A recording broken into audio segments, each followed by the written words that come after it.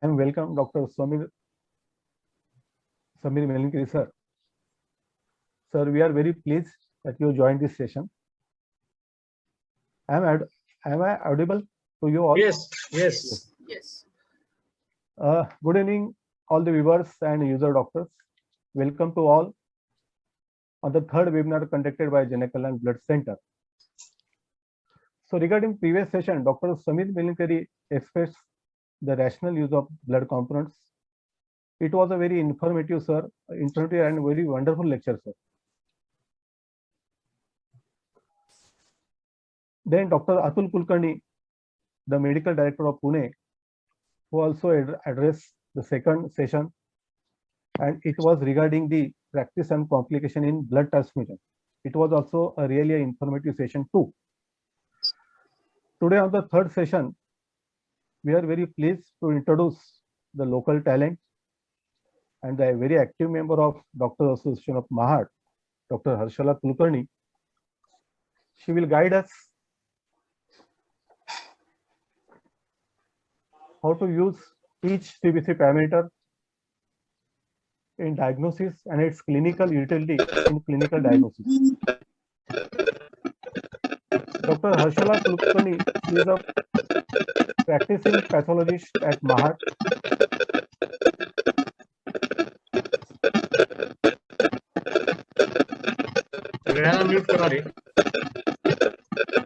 Something I think some voice.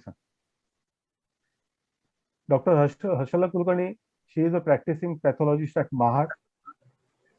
She has done effortless work at a crucial time of this corona pandemic.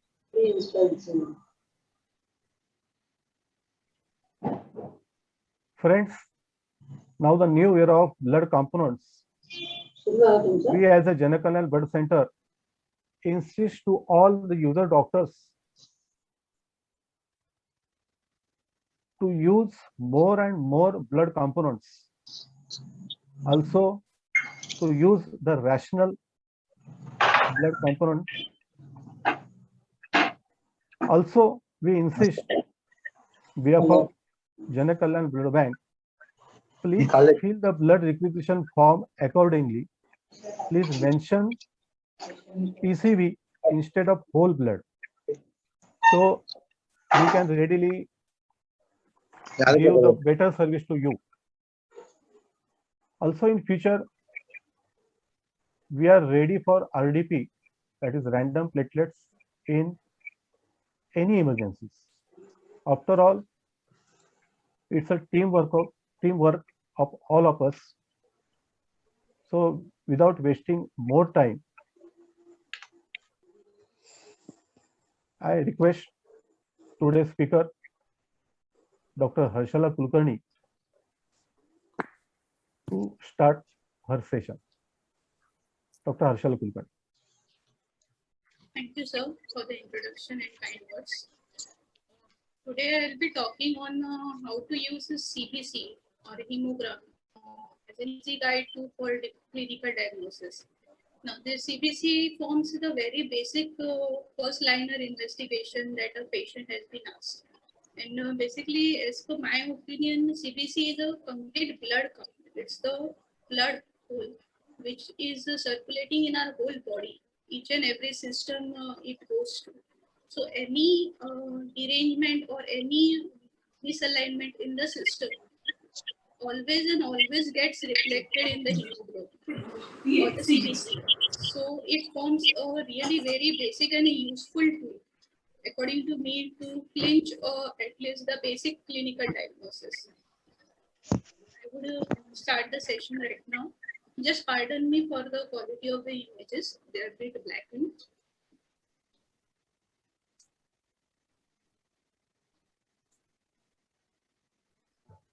So first to start with, the first parameter that we first see in a CBC report is the hemoglobin.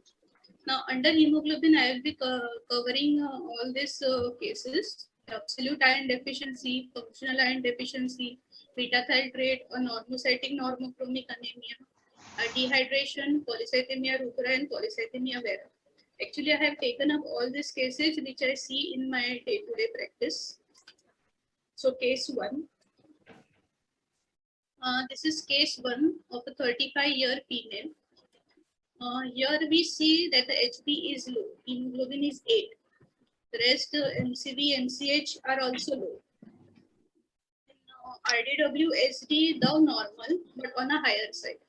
And even the RBC count down normal but on a lower side. So this looks classically like an iron deficiency. So the classical features of iron deficiencies are usually a low RBC count, low hemoglobin, low MCV, MCH, and a high or normal to high RDWSD. So from this single page itself, we can come to know that it is an iron deficiency. Okay, but iron deficiency, as we know, is multifactorial. The causes are many. So we should first rule out whether it is a absolute iron deficiency or just a functional iron deficiency. So we'll move next. We see the peripheral smear. Even here, the microcytosis and hypochromia 2+ is present. So it confirms. At times, a very pure iron deficiency shows pencil cells. Now we did the reticulocyte count for this patient.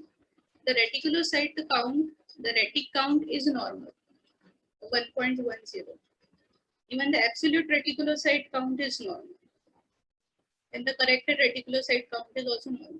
However, the RPI, which is the reticulocyte production index, is low.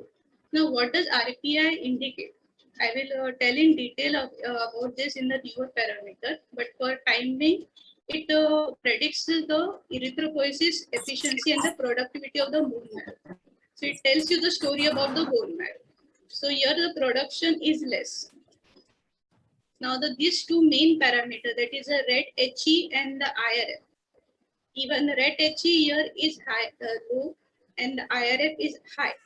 So what is ret HE? Ret HE is basically the hemoglobin that is present in the reticulocyte count. And your IRF is nothing but the reticulocyte maturation index. So from these two parameters itself, it shows that it is an absolute iron deficiency case. But just to confirm, we did the iron study of this patient, and here they are. The iron studies, they show lower side. Serum iron, even total iron binding capacity is increased. So this is a case of pure iron deficiency anemia. Mind it, it's not a functional iron deficiency in this case. So the patient will be benefited by oral hematinic supplements. So this was a case of absolute iron deficiency. Moving to the next case. This is a 33-year female. Even here the hemoglobin is less, RBC count is less, MCV, MCH is less. But however, the RDWSD is on a lower side. Minded in iron deficiency, absolute iron deficiency cases, it will be on a higher side or high. So the like an iron deficiency, it has some other component to it. So let's move further. On peripheral smear, we saw that there is NISO, pencil cells. Pencil cells confirm the iron deficiency, but there are RBC fragments too. So this case, no doubt, is an iron deficiency, but there is some other cause also which is causing this iron deficiency. So we went for the iron studies of this patient. Strangely, they were within normal limits. So an iron deficiency like to feature in CBC, but in normal iron studies. So this is a case of functional iron deficiency. But on taking the history, the patient was not improving on oral hematinic treatment. And on further investigation, the patient gave an history that she was a known case of IBD and she was taking treatment for the initial 5 years, but had stopped medications for the last 2 years. So this was a known cases of inflammatory bowel disease, which has not taken medicines for the last 2 years. And now it's presenting with an iron deficiency type anemia. So here the patient won't respond to oral iron studies because her iron stores are normal, but due to IBD, her absorptive power has become less. So she has to be given a parenteral iron therapy. So this patient was recommended parenteral iron therapy, and on parenteral iron therapy, she improved. So this is two cases where we see the picture was same. However, there was a difference. One was an absolute iron deficiency, the other was a functional iron deficiency. Now, how to differentiate between these two types of iron deficiency, that we will be discussing in our newer parameters towards the end. Now, moving to the third case. This is a case of a 46-year female. The hemoglobin is low, MCV, MCH is low, RDWSD is nearly low. However, the RBC count is high. So if we apply the Mentor's index, or even by looking at the RBC count, MCV and the RDWSD, it looks like it is a beta thalassemia trait. Now, beta thalassemia trait CBCs, they will always have a high RBC count. However, if they have a coexisting iron deficiency, their RDWSD may vary. But a pure beta thalassemia trait will always show a low RDWSD. So an high RBC count, low MCV, MCH, and a low RDWSD. We have to suspect a beta thalassemia trait. On peripheral smear, fences in the RBC fragments were seen. So by applying Mentor's index and Segal's index, we advise the patient to undergo HB electrophoresis. So after her HB electrophoresis was done, she was beta thalassemia trait. Her A2 was more. So this was a classical case of beta thalassemia trait. Many times I get whenever I suggest, I give this remark of beta thalassemia trait and ask the person to undergo HB electro. The patient's next question is, how will it help me in getting the treatment? I think that it is better to know that your HB electrophoresis status. So our next case will be highlighting on what's the importance of diagnosing a beta thalassemia trait. This is a case of 2 years male child. His hemoglobin is low. RBC count is okay, normal. But MCV and MCS are very extremely low. Even RDWSD is in a normal side. But looking at this, it may look like an iron deficiency, but in iron deficiency, we really don't get this much low of MCV and MCH. A very extremely low MCV and MCH are always an indicator of beta thalassemia trait, or at least an anemia of chronic diseases. So looking at this much less of MCV and MCH, the first thing that comes to my mind is that it must be a beta thalassemia trait case. Now, when we go further, we see that the platelet count strangely of this patient is 6 lakhs, which is very high. Now, whenever the platelet counts are so high, either it has to be some internal GI bleed or respiratory bleed. The patient is somewhere bleeding inside minutely. So that is the reason of such a high platelet count. Then the RBC morphology, we see some target cells, spirocytes, and few macrocytes are also seen. Now, target cells again indicate towards beta thalassemia traits and spirocytes too. But few macrocyte means that he, along with the beta thalassemia trait, he must be having some other nutritional deficiencies too. So we did some further investigation for this patient. We saw that his LDH was raised, 609. So he obviously has a B12 deficiency. Secondly, his total bilirubin was high. So a hemolytic process is suggested here. Due to presence of spirocytes, I did the direct Coombs test for this patient, which turned out to be negative. So at this point of time, according to me, it was a beta thalassemia trait with, along with combined some nutritional deficiency. We did the HPLC for this patient. A2 was high. So this was a case of beta thalassemia trait. But I wanted to know what was the reason for the nutritional deficiency in this patient. So I took the history from the mother. The mother told that the Bachu was continuously anemic, so he was on continuous hematinic supplements. And the Bachu was so used to taking this hematinic supplement syrups that the child used to drink only that. The child used not to consume any food. And he also had developed black teeth. The teeth were blackened in this child. So then this blackened teeth indicated deposition of iron. Now we all know that beta thalassemia trait, there is an iron overload already in this patient because of the beta thalassemia trait. On top of that, when hematinics are supplied continuously to overcome that anemia, it gets deposited. So the child had blackened teeth due to deposition of the extra iron that was given. Later, the HB electrophoresis done for his entire family turned out that his mother and elder brother were also beta thalassemia. So this is the importance of diagnosing a beta thalassemia trait. We just don't want these trait patients to be treated as an iron deficiency cases and given hematinics, which are really not their treatment or really is not their need.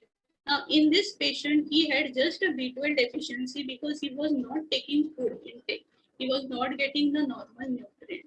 So, he should have been given only the B12 supplements and not the iron supplements.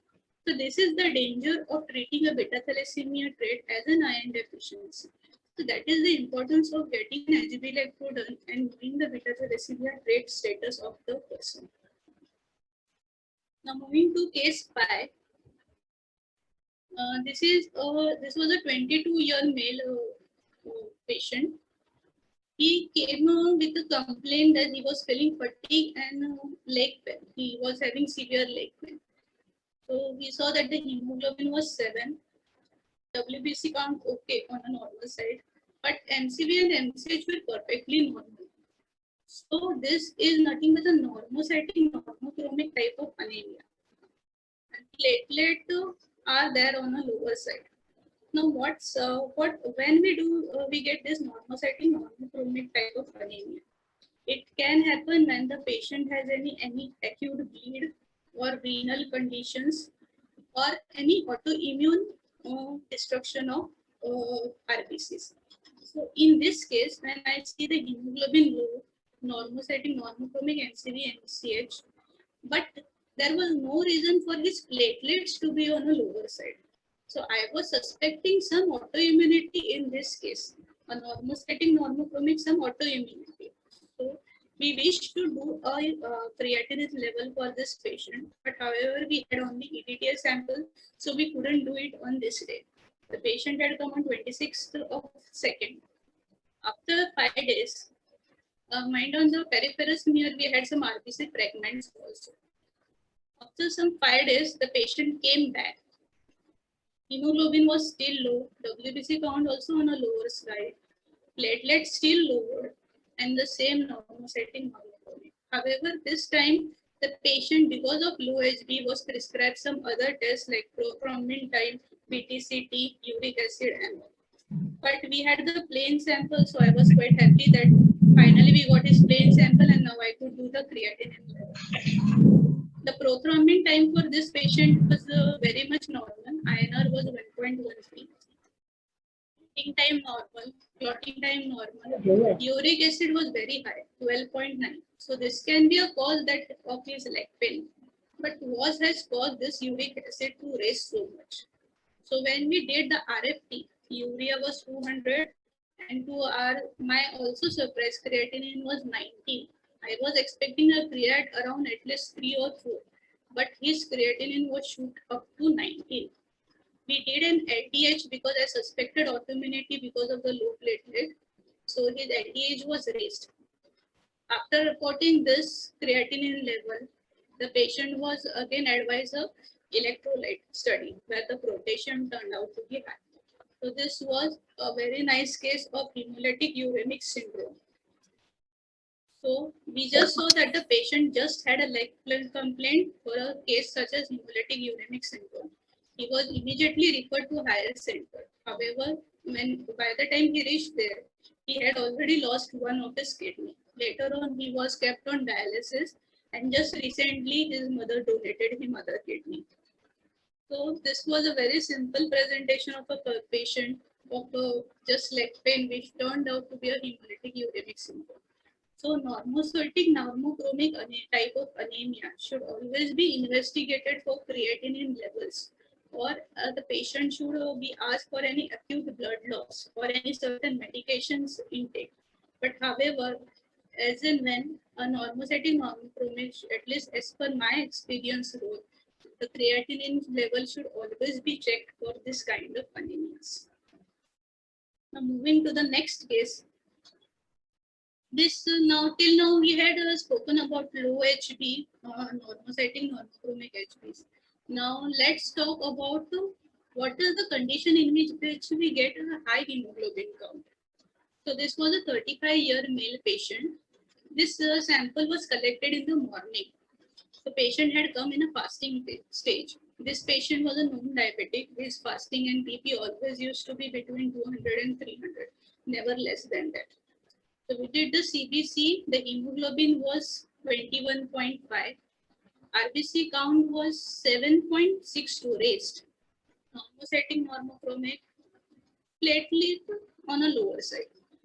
Now from this picture itself, a high RBC count, a high PCV or SCT, and a high hemoglobin, with the rest all other parameters normal.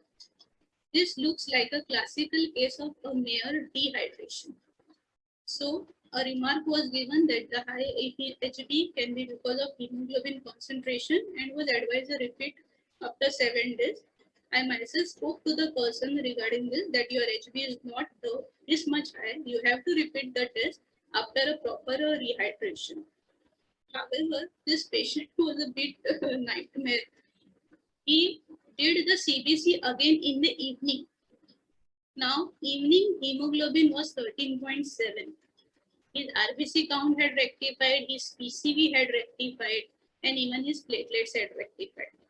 So this rectification was because that the patient got rehydrated and he repeated the hemoglobin. So this was a pure case of dehydration or hemoconcentration. So wherever we get patients who come for fasting PPs and they get the CBCs also done, but fasting, they think of an idea that even water shouldn't be consumed. So that's why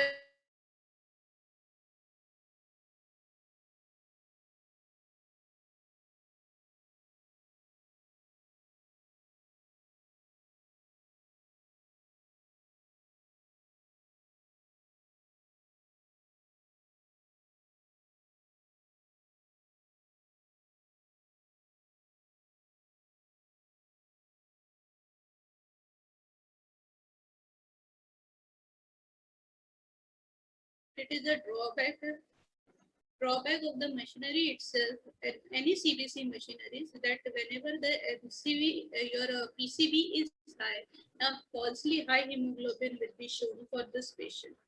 This patient then again came after a few months in a proper hydrated state, this time in the fasting morning sample, his hemoglobin again was the normal. So this was a simple case of dehydration showing a falsely elevated hemoglobin. Now next is case 7. In this case, it's a 52-year male patient.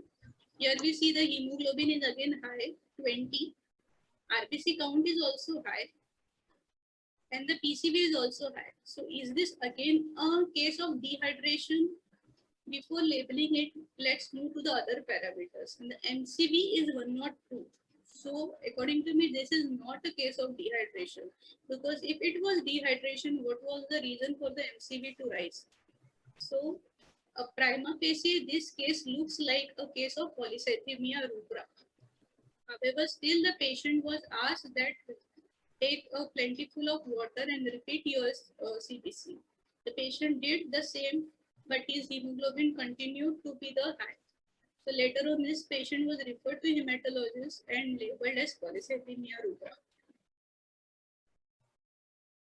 The macrocytosis, because in these cases, the patient gets B12 deficient because of overproduction of narrow of the RBC count, hence the B12 deficiency.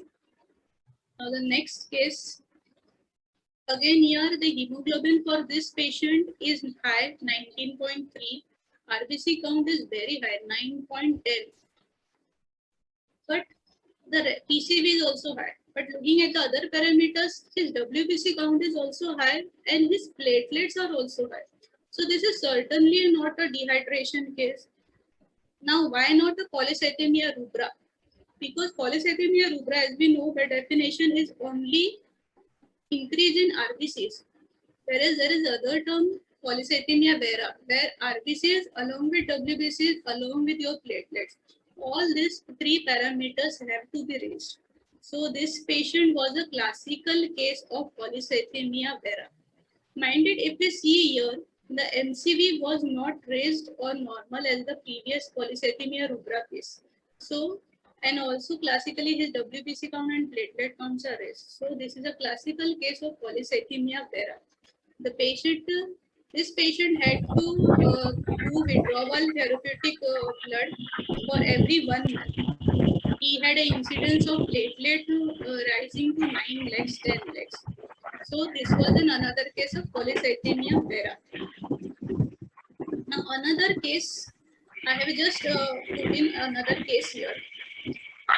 This is a case of low hemoglobin. The hemoglobin is 6, RBC count is low, okay. So this is fitting. PCV is also low, okay, fine. MCV, MCH is normal, looks like a microcytic, normochromic normocytic. But platelet low, maybe a normocytic normochromic. It was a Bacchu of 1.6 years, 2.6 years Bacchu. Now his electrolytes were asked. However, his electrolyte didn't seem to me quite good because his potassium was less. However, his chloride and sodium were high. Now, if he was a normocytic normochromic anemia, one of the cause of low HB could be an acute bleed. So I was expecting that the patient must be having some dysentery since he's a Bacchu. But if it was a dysentery case resulting in low HB, why was there a rise in chloride and the sodium values? So I was quite not happy with this report, and I really didn't know what was the cause for this low HB. However, this sample was not collected in the lab. It was collected in the hospital where the patient was admitted and given. The next day, the same patient's blood was repeated. Here the hemoglobin was 11.5 and even his electrolytes had normalized.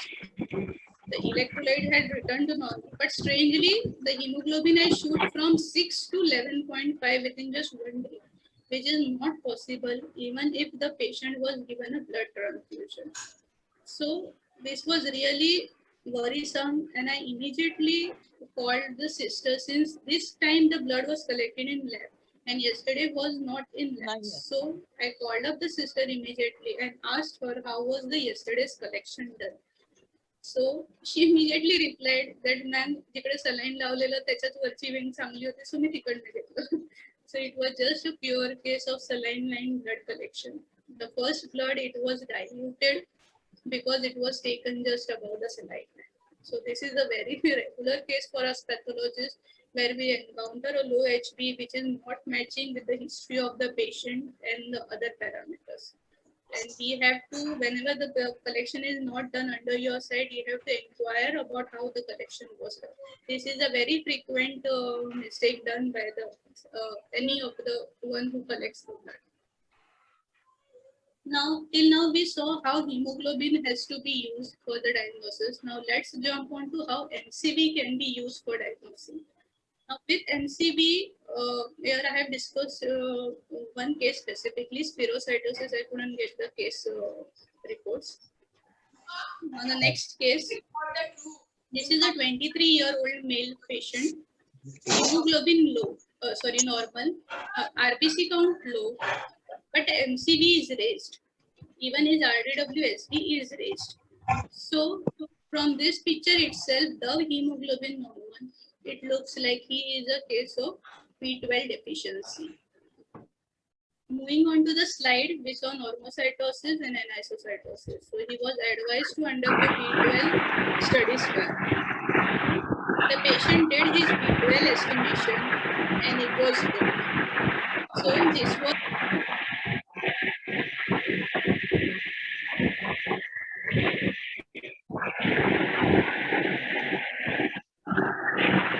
Madam, unmute your sound.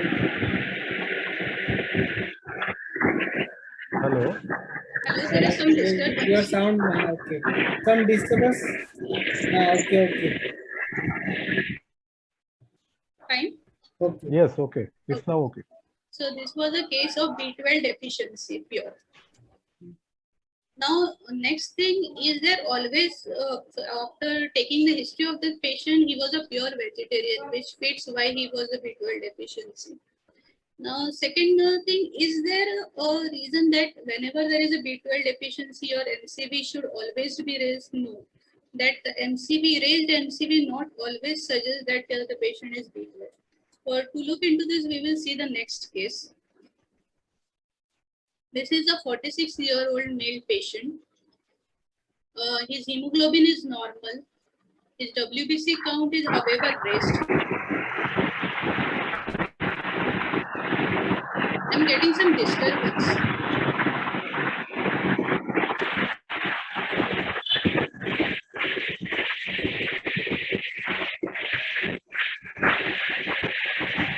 Excluding speaker, other viewers, please unmute yourself.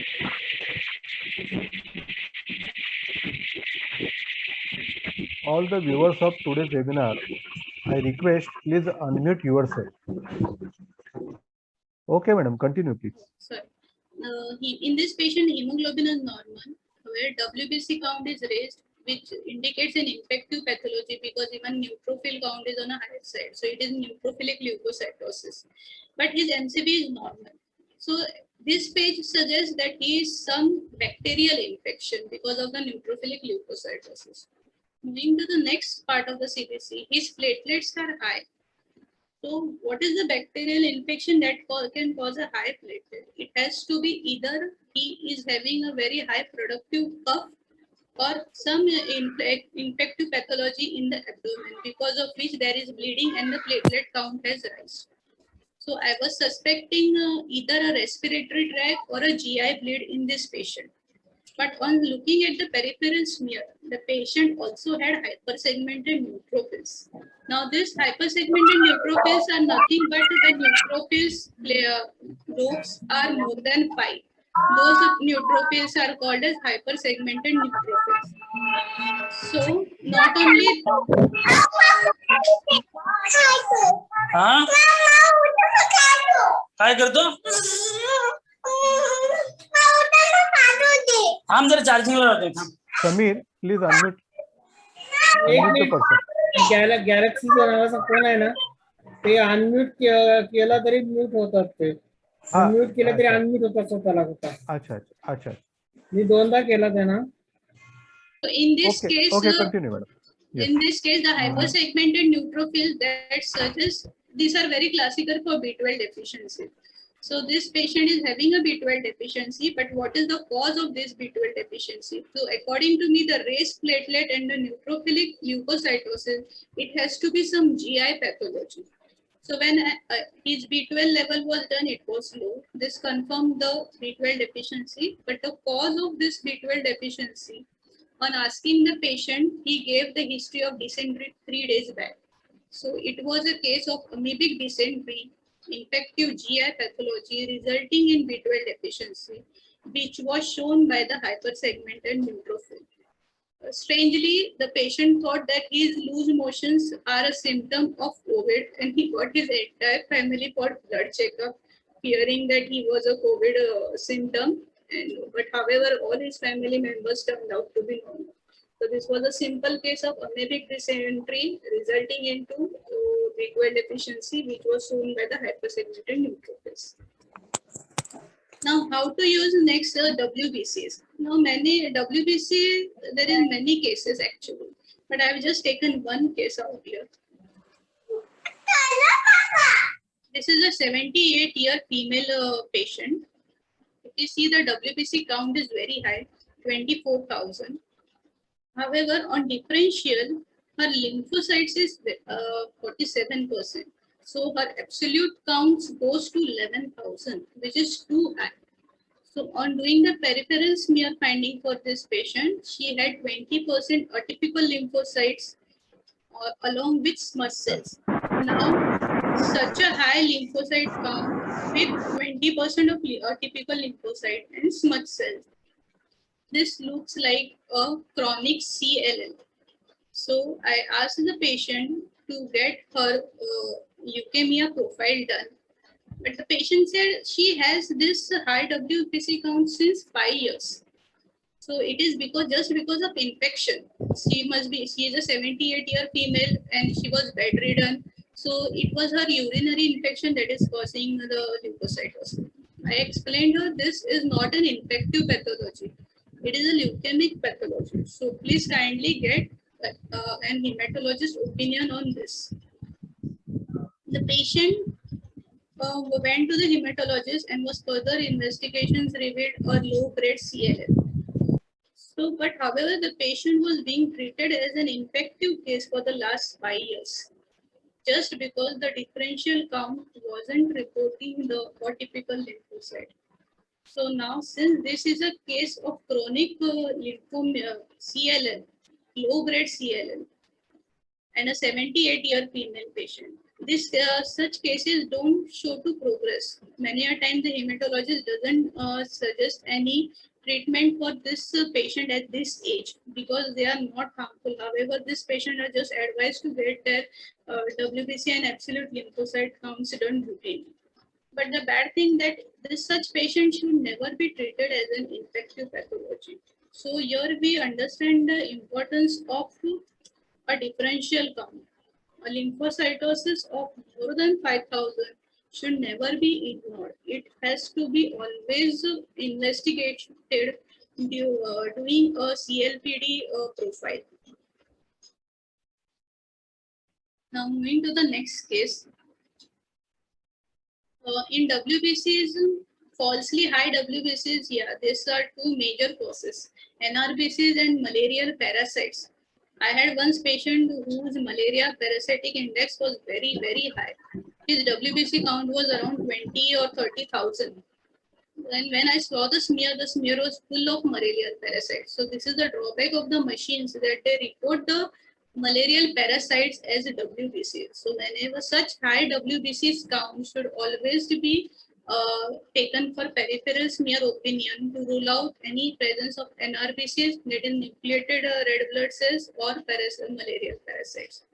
Low WBC counts are typically seen in viral diseases and in liver pathology, and obviously in chemo patients. So this is for the WBC parameter. Now moving to the platelets parameter. Platelets are very tricky for us pathologists. They are, I would say, even a headache for us because they are so delicate.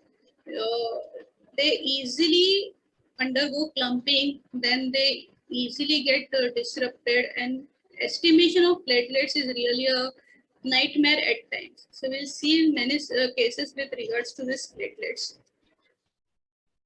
This is a 60 years female patient, low hemoglobin, high WBC, neutrophilic leukocytosis, so an infective pathology, but low hemoglobin and MCV and MCH are normal. So this is kind of a normocytic normochromic. But let's move further.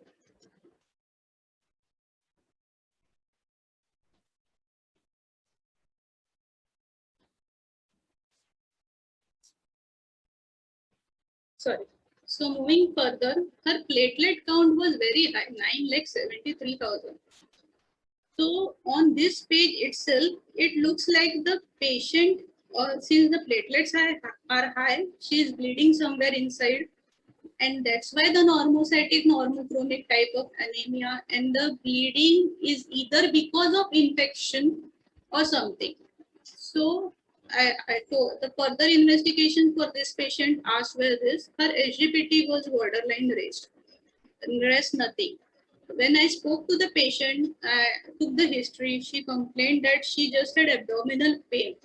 After lunch, after having food, her abdominal pain used to increase, or whenever she used to get up from a sitting position, her pain used to increase. That was her only complaint. So now with this complaint, it seems that this bleed was in the abdominal side. So I asked the patient to better get a sonography done. However, the patient didn't get that sonography done. After 2 more days, she came back. her hemoglobin count had dropped by 0.1, but however her platelet count had now increased to from 9 to 10 lakh. So I again urge to this patient, at least get a sonography done. It is not that costly, but at least please get this sonography done. After 1.5 months, the patient's husband came to me and he was like, "Ma'am, as you asked, we did the sonography. We took her to Panvel and there we got the sonography done. And what the sonography revealed, it was a gallbladder perforation and she had to be operated immediately." So just a high platelet count with such a abdominal pain history, post lunch, her gallbladder was booming after whenever she consumed food, after her stomach was full or whenever she was getting up. So this all matched, and that perforation resulted into the high platelet count and an acute loss of blood. So a high platelet count should never be ignored because the patient is always and always bleeding somewhere or the other inside, and the patient is not aware of it. Moving to the next case, this is the same patient. She came after a few months post-operatively, and her platelet count now was very much normal. Her hemoglobin had also improved. So this high platelet count cases has to be strictly investigated and history should be taken. Next case, this is a 50-year male patient. Everything normal, however, low platelet was reported by machine. But whenever the platelet count is low, we always get the peripheral smear done for this patient. On peripheral smear, nice clumpings were seen, and the platelet count on smear was more than 1.5 lakh. So this patient, I took the history from my phlebotomist. Was the collection difficult for this patient? The technician said no, the collection was fine, it was easy. So my second thought that it must be a EDTA-induced pseudo-thrombocytopenia. So I told the patient that your platelets are not low, your platelets are perfectly normal. Just because they have clumped, the machine is showing a low count. So next time if you do, please repeat it in a citrate tube. I even instructed my phlebotomist to see to that if this patient returns and is getting a CBC done, his CBC has to be taken in a citrate tube. Next, after few days, this patient returned. His CBC was taken in a citrate sample, a normal platelet count. So this was a case of EDTA-induced pseudo-thrombocytopenia. There are certain people whose platelets start clumping when taken in EDTA tubes, and the machine falsely reports a low platelet count. So such patients have to be always instructed and told that your platelets gets clumped in EDTA. So hence further, whenever you do a platelet count investigation anywhere, just ask them to do it in a citrate collection. So understanding this EDTA-induced pseudo-thrombocytopenia cases is very, very important because I have seen some patients being treated as an ITP cases just because their machine count was low. These patients, actually the count is not low, they are just normal. And next case, this is a 26-year female. She was a pregnant female. We already got a citrate collection of this patient. It was an outside collection. Everything fine. Machine reported platelet 66,000. On smear, we saw that there are some giant platelets which were clumping. So mind, giant platelet always have a tendency to start clumping. So in this case, the patient had giant platelets and because of their platelet clumps had formed. But on smear, the clumps were many, so her count was actually more than 1.5 lakh. The patient, since was a ANC patient, after 2 months, she came back for delivery, before delivery, to get her CBC done again. Again, her count was this. But I was asked if still the count is 1,46,000. So should this patient be, it needs a cesarean section, can we operate her? So we got an IPF done for this patient. Her platelet count by impedance method was 146, by optical was 148, and her IPF was high, suggesting that her marrow activity is good. Also, her absolute IPF count was high. So the platelet count on a lower side, but her IPF absolute count was high. She can safely be taken for a cesarean section if needed. This patient actually needed a cesarean section. She was operated and turned out to be fine. So that's the importance of getting an absolute IPF count and an immature platelet fraction count done in cases, especially pregnant females, where the platelets are large and by impedance method, they are always counted on the lower side by the machine.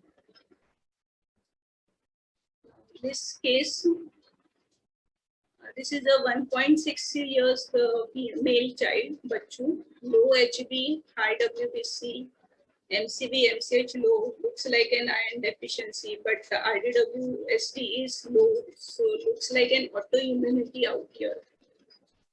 WBC high, so some infective pathology. Platelet count only 9,000 by impedance method. The patient was asked for bleeding time, clotting time, and a PT-INR. His PT-INR was normal. APTT was also normal. Bleeding time was high, 6 minutes. Clotting time normal. CRP raised, which can support autoimmunity. IPF was done for this patient. Impedance count 9,000, optical count 11,000, IPF 31%. So this is absolute IPF count 2,200. This was normal. So this picture suggests that it is a case of an ITP. So this IPF count helps you to detect ITP cases. Now this last case, this is a 50-year male patient with the normal hemoglobin, WBC count high, everything okay. But his platelet impedance count was just 20,000 and optical count was 24,000. Now this was a case of intestinal septicemia, anal abscess this case was. So he was to be operated, but the surgeon was like, if the platelet count is 20,000, is it safe for him to get operated? That's why we did the IPF. His impedance count was 20, optical 24,000, but IPF count was high. IPF fraction was 26%. That suggests that his marrow activity is very good. Now moving further, his absolute IPF count was 5,300, which is very much normal. So this patient, his actual count of platelet is low, but he is showing you good bone marrow activity, and also whatever those low platelets are present, they are active platelets. IPF absolute counts gives you the measure of the residual platelet reactivity. So this patient, according to me, can easily be taken for an operation like anal abscess where the bleeding is less. So thanks to the surgeon, he took the patient for operation. This is post-operative day 1. His impedance count had decreased. Even optical platelet count has decreased to 20,000. IPF also decreased to 16% from the previous 26%. But his absolute IPF count are still normal. So whatever the initial decrease was because of the post-operative hemodilution. Post-operative day 2 for this patient. Again, the hemodilution has continued for this patient. His impedance count has now again decreased to 7,000. Optical count again decreased to 15,000. But see now, the immature platelet fraction has started to rise. Even his IPF, his absolute count has started to rise. So now this patient had started progressing. And post-operative day 3, his impedance count has again got back to what it was previous. Optical count also same, IPF also raised. and his IPF absolute has raised. So the operative for this patient was uneventful. He was easily discharged post-operatively after 4 days, and he went back.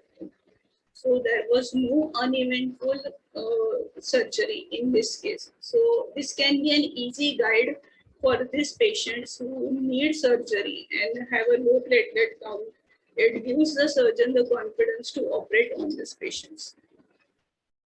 Now talking about the newer parameters, there are many actually newer parameters.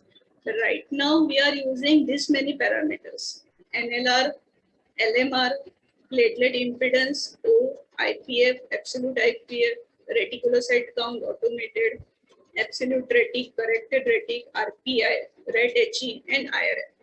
Now, I will just go in brief about the significance of using all these newer parameters. Now, NLR, that is neutrophil lymphocyte ratio. Many studies have been done, and this is very much in use in many institutes. It is a potent marker of systemic inflammation, specifically bacterial inflammation.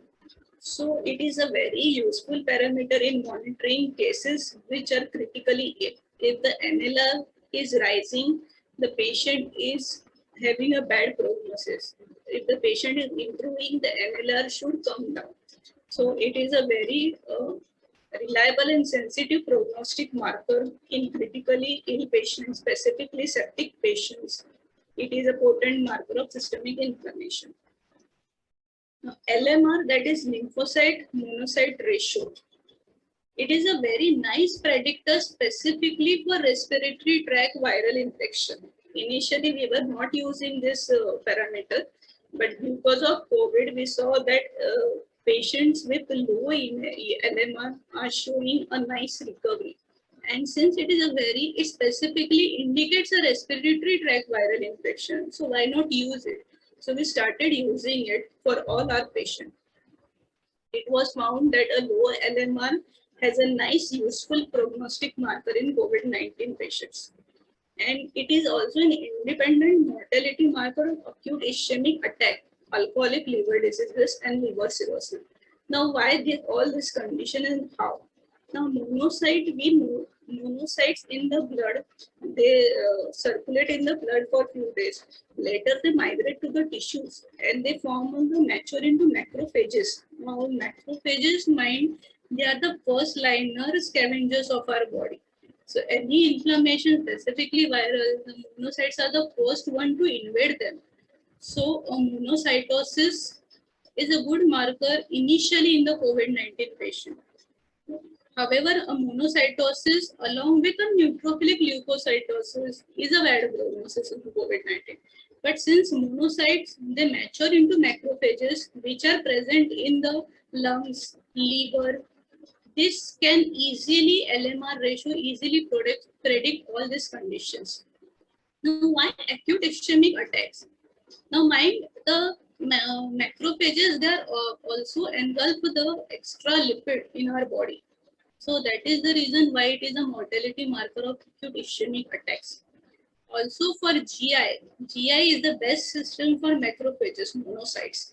So we found that the absolute monocyte count, it is seen in one study, an absolute monocyte count of 860 along with an LMR of less than 2 has a 75% positive predictor value of an active ulcerative colitis.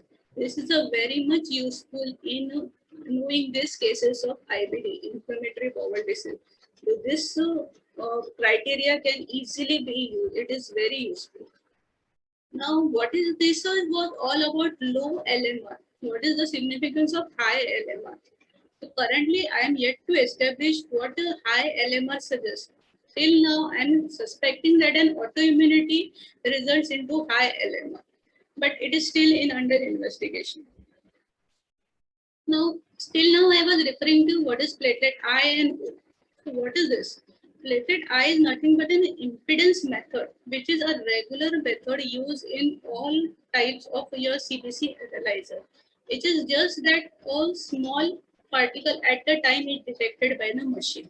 Then whether it be a platelet, whether it be a small RBC or whether it be NAC, it will be counted as platelet by this method. That's why an improved method to count platelet was developed, which is called as the optical platelet. Now, what is done in this method? The platelet are stained by a fluorescent dye called polymethylene, and the stained platelets are counted. Now, platelets have RNA material in them, which gets stained by this fluorescent dye. The fluorescence is emitted, and that platelet out is counted. Now, what is the need to use a fluorescence dye? Now, what happens? The giant platelet or the large platelet, as we saw in the previous cases, these platelets will never get measured by the impedance method, since they are lies or up to the sides of an RBC, so they are always missed. Hence, these platelets will easily be counted by an optical platelet count, and we will get an accurate value in cases with presence of large and giant platelets. Also, RBC fragments. Many times, RBC fragments are falsely calculated as platelets. So, even optical platelet count will remove this factor also. So, in short, optical platelet count is a more accurate method than an impedance method. Now, IPF, it actually represents your bone marrow activity. What is the bone marrow activity? Immature platelet fraction. Now, its utility is that, especially in dengue patient, it should to frame, especially in dengue patient. In dengue patient, if a serial increase of more than 10% is noted in IPF value, it is a good prognostic marker of recovery in dengue patients.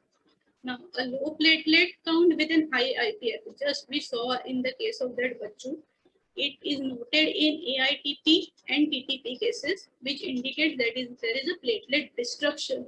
Even though high IPF means the bone marrow is producing the platelets, it is a case of ITP, that's why the produced platelets are getting disrupted. Hence, a low platelet count. So, a low platelet count with high IPF is ITP. A low platelet count with low IPF is a bone marrow failure. So these two cases need to be differentiated, because in these two cases, platelet count will always be low. Also, IPF predicts a thrombopoietic recovery in chemo patient and chemotransplant patient. Many times the chemo patient come to us and they are like, Madam, platelet low hai to mala chemo nahi dena. So this patient can be advised IPF. If IPF is high, absolute IPF count is normal, this patient can safely be given the chemotherapy. Absolute IPF count, as I already told, it is a measure of the residual platelet activity. Means whatever low platelet count is present, is it functional? Are those platelets used by the body for the regular coagulative processes? So that is your IPF absolute count. It is an efficacy predictor of antiplatelet and thrombopoietic agents. Also, it is a marker of cardiovascular thrombotic event, and it can be used as a real-time measure in cases of ITP on treatment. Retic count, as we all know, it is used for iron studies. But currently, retic count for iron studies is not that grateful. I myself specifically use for case beta thalassemia trait cases. It will always be raised in beta thalassemia trait cases, whereas it will be low in cases of iron or B12 deficiency. Now, low values, as I told, are seen in iron, B12 deficiency, or decreased erythropoietin level. Erythropoietin levels are used in cases of polycythemia rubra cases, and also low value reflects bone marrow failure. Now, absolute retic count and corrected retic count. This should be corrected retic count is the one should be used in cases of anemia, because it has a correction for the hematocrit. So instead of a regular retic count, and corrected retic count is always used in patients of anemia for monitoring. RPI, that is the reticulocyte production index. It is used nowadays as a monitoring parameter whenever the patient is on iron or supplement therapy.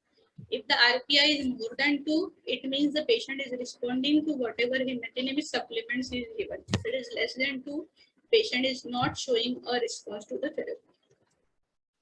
RET-HE, as according to me, is nowadays betterly used to know the iron stores or the iron deficiency of the patient because it reflects the functional iron stores for the last 3 to 4 days. So even then iron studies, serum iron studies, RET-HG easily tells you about what is the functional iron stores for the last 3 to 4 days in the body. So it is the fastest and earliest method for diagnosing and monitoring iron deficit cases. So low RET-HG and low ferritin suggest absolute iron deficiency, whereas a low RET-HG with a normal or high ferritin suggests a functional iron deficiency. Mind the treatment for these two cases is different. Absolute iron deficiency, oral hematinase can be given. Functional iron deficiency, it has to be parenteral hematinase. Also, RET-HG is a recommended and early sensitive marker in cases of nephrological disorders and anemia of chronic diseases. Immature retic fraction. It is nothing but a reticulocyte maturation index. It is a marker of regeneration of erythropoiesis. If there is no rise in IRF, it indicates a lack of response to supplements. And in cases where there is a bone marrow transplant or stem cells transplant, we wait for the granulocytes to rise to monitor the things. But even before the granulocytes rise, in these cases, IRF rises. So nowadays, it is used as a parameter for monitoring bone marrow and stem cell transplant cases. These are the two parameters which are now, we are in research at our lab. Neutrophilic side scatter and neutrophil side fluorescence. These are already under use by many institutions in Mumbai, Pune. But in our lab, we are right now doing investigations on it. So what does these two parameters measure? Neutrophils in the SSC, it will measure the side scatter. That is, it will tell you about the granularity of the neutrophil. Whereas SFL, it will tell you about the neutrophil reactivity. Now, why this granularity and reactivity are important? This granularity represents the response to the inflammatory process, and neutrophils are always increased in early innate immune response. And the reactivity, they will tell you the metabolic activity of these neutrophils, which is also always using increase in early immune response. So any SSC and any SFL, these are very potent marker of early bacterial infection. And mind, the very important of these two parameters is that they don't rise in viral infections. Nowadays with COVID patient, I always find a trouble differentiating whether it is a real COVID patient or some other inflammatory or bacterial infection, because the overlap is too much. So I'm trying to use these two parameters in this case. If these two parameters are raised, it will definitely tell that the ongoing inflammatory process is a bacterial one and not a viral one. So many studies are already established that they are an early stage bacterial infection marker and helps to differentiate from viral. This Sit et al. Study also demonstrated that it has a high sensitivity and specificity for diagnosing DIC in cases of septic shock. So these two parameters are currently in use and we will be using it shortly. Thank you. That was with all the presentation.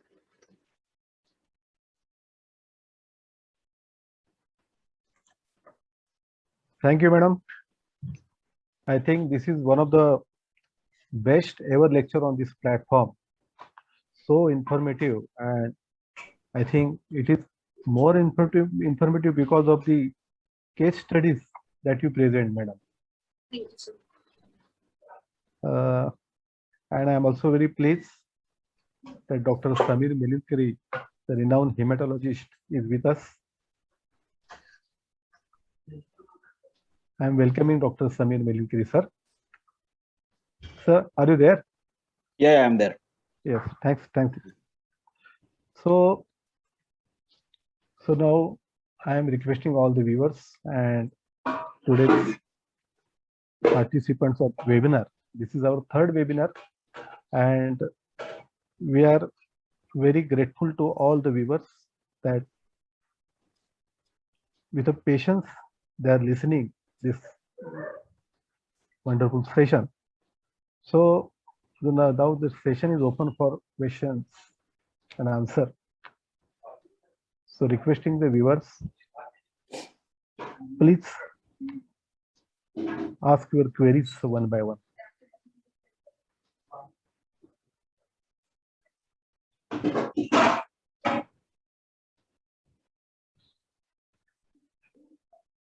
Dr. Sunil is there. Dr. Sunil Nandgaonkar.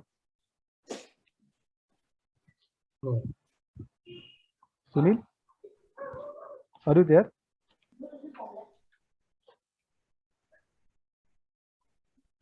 On behalf of the viewers, madam, I will ask you one question. So, let me, madam, please describe the ideal sample collection in the IPD, because many times we get contaminated with saline or dilutions or everything. If it is an IPD patient, if the collection should never be done from the same hand, the Just give me some saline is being given, because it results in dilution of the sample. Always the other hand, which is devoid of the gel should be selected for blood collection. Also, not only collecting the blood site is important, but also how it is put in the tubes. Many times it happens that while inserting the blood in the tubes, the tube gets contaminated by the EDTA preservative that is coating the tube. This might cause an erroneous calcium results. So we have to see that the tip of the syringe doesn't touch to the inside of the tubes. Also, there are specifications of tubes, which tube should be used for which parameters. So EDTA should be used for whole blood analysis. Serum analysis test should be done in plain tubes. And sugar, I myself recommend sugar in a fluoride tube always, as and when necessary, until and unless emergency. Sugar reports should always be done collection in a fluoride tube, because what happens if it is done in a plain tube? It is done in the morning and sample is received by afternoon. A false low sugar level will be recorded. So for sugar specifically, as and when possible, a fluoride tube should be used. But for collection site point of view, it should always be not from the gel insertion. It should be from the other hand. Thanks, madam. Can I make a few comments, sir? Please, sir, please. Dr. Arshila, very good lecture, extremely good lecture, and I appreciate your sort of meticulous way in which you have been analyzing your CBCs. It was very encouraging. So, I mean, I have nothing to comment about the lecture per se, but a few comments on your on some of the cases that you were talking about. One is you had mentioned the case of atypical hemolytic uremic syndrome. Yes. Who underwent a kidney transplant. Yes. That was a disaster of a decision. Yes. Because atypical HUS, if you do a kidney transplant, it will surely recur within no time in the transplanted kidney. Okay. So the treatment for atypical HUS is a liver transplant. Okay. And if the kidney is also knocked out, then you have to do a kidney and liver transplant. It's a very, very bad disease to handle, because that is because of deficiency of certain complement regulatory proteins which are produced by the liver. So liver transplant is the treatment for it. The patient actually got a kidney from his mother. Yeah, so it will. Oh no, that is a very bad decision, because he's going to recur in no time. Yeah. Next 2 months he'll again have lost his kidney. Okay. The second thing is this. In megaloblastic anemia, you almost never have a high, generally a very high platelet count. There was a megaloblastic anemia where the platelet count was around 6 lakhs or so. So usually the platelet count will always be low normal. The WBC count will also be low normal. I feel that patient probably had macrocytosis because of or the hypersegmental neutrophils because of the infection, and the platelet counts had gone up because of a reactive rise. When any inflammation, the platelets can shoot up suddenly. Yes. Or probably even in the patient where who had a broken gallbladder or ruptured gallbladder, that patient also probably had a reactive rise in the platelet count. And the one with the anal abscess who got operated, So generally a platelet count of 50,000 and above is 50,000. considered hemostatic. Yes. If it is below that, if it's an anal abscess, maybe it's just a small nick, Same, very less yes. chance of bleeding, so you could operate. Yes. But otherwise, despite the IPF being high, if it was any surgery, it was slightly more likely to be a little more bloody.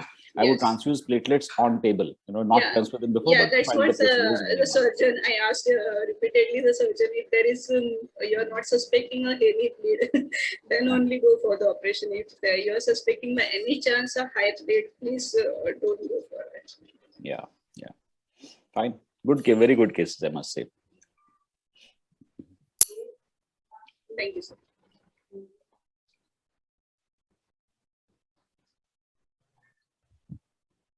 Anybody else?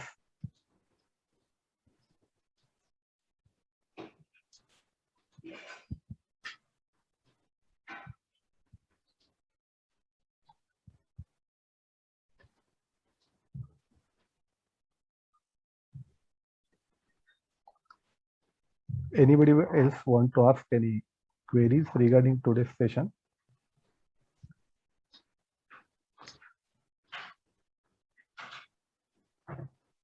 Okay. So I request Dr. Raju Gokhale, acting president of Janakalan Blood Bank. So kindly add the concluding remark on this session. Thank you, Rahul. It was a very lucid and informative narration about CBC interpretation by Dr. Kulkarni Madam. And I hope everybody has got plenty of knowledge now about the interpretation. I would compare this with a cupboard with a lot of drawers. Each index of this CBC is like a drawer of a huge cupboard. The cupboard is called CBC. And if you open a particular drawers, 3-4 drawers and 3-4 indices you look at, and you open those drawers, then you will come up with a diagnosis. So that is the beauty of this lecture.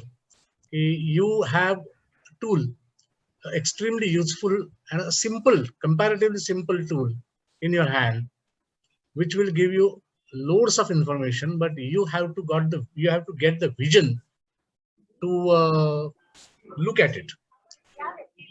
I sincerely thank Dr. Mrs. Kulkarni to enlighten us about this good and very useful topic to us. I also thank Dr. Samir Melenkari, who is a renowned hematologist from Dinanath Mangeshkar Hospital, and who we were fortunate enough to have his presence in this lecture. And we were further fortunate enough that he has given us some pearls of wisdom regarding the whole perspective of this lecture. Thank you very much, Dr. Samir, and I hope you will be further associating with us whenever we will conduct such CMEs. My pleasure. Yeah, and we will also trouble you in future so that we can hear something very useful from you also. Sure. So thank you again. Thank you all the viewers who have attended this CME and listened patiently to this lecture. And I think that's all for tonight.